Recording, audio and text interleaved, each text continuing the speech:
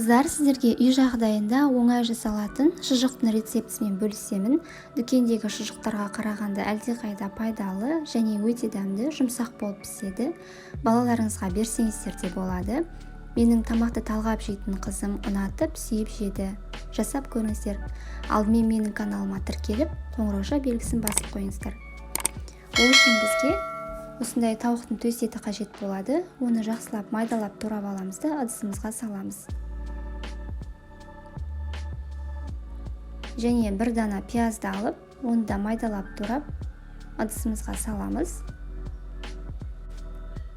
Келесіде бір дана қызанағымызды майдалап тураймыз.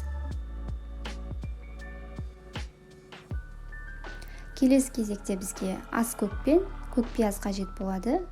Оны да турап ыдысымызға саламыз.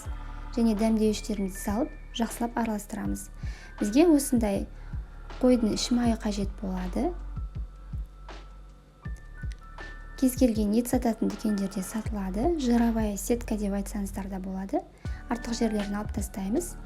Және салмамызды салып, орап, қалған жерін кесіп аламыз да. Осылайынан бөліктерге бөліп қоямыз. Және жіппен байлап аламыз.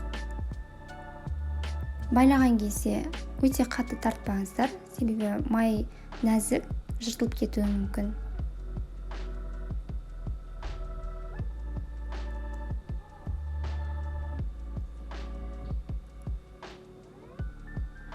Артық жерлерін кесіп алып тастаймыз. Мінекей дайын болды. Келесі тағам үшін бізге тағы да тауықтың төс еті қажет.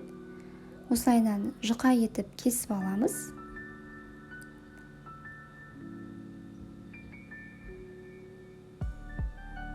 Үстіне пищевая пленканы төсеп, етімізді жұқартып, үстінен ұрғылаймыз. Негізі бұл үшін арнайы құрал бар.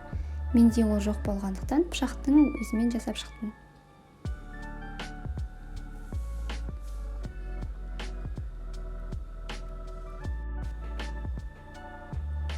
Етіміз дайын болды. Енді майлы торымызды алып, үстіне етімізді орналастырып шығамыз.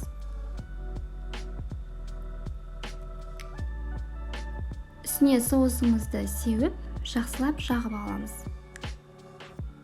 Ораймыз. Тура ортасынан бөліп, келесіде майда бөліктерге бөліп шығамыз. Шамамен 3 сантиметрдей етіп бөлсеңіздер болады. Және таяқшамызды алып, орналастырып шығамыз таяқшамызға. Бұл бір жағынан кәуап сияқты, өте жұмсақ болып піседі.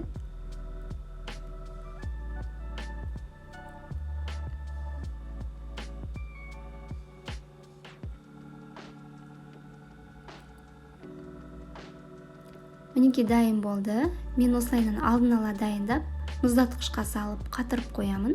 Кейін кез келген уақытта шығарып, пісіремін. Егер сіздердің кейде тамақ пісіруге уақыттарыңыз болмай қалатын болса, жұмыс жасайтын болсаңыздар, осылайынан алдын ала дайындап қойсаңыздар болады. Керек кезінде шығарып, осылайынан ерекше дәмді кешкі ас дайындайсыздар.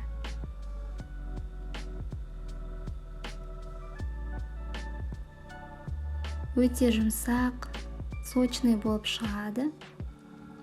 Жасап көріңіздер. Егер сіздерге менің рецептім ұнаса, менің каналыма тіркеліп, қоңырауша белгісін басып, комментарийге пікір қалдыра кетіңіздер. Мен үшін өте жағымды болар еді. Астарыңыз дәмді болсын.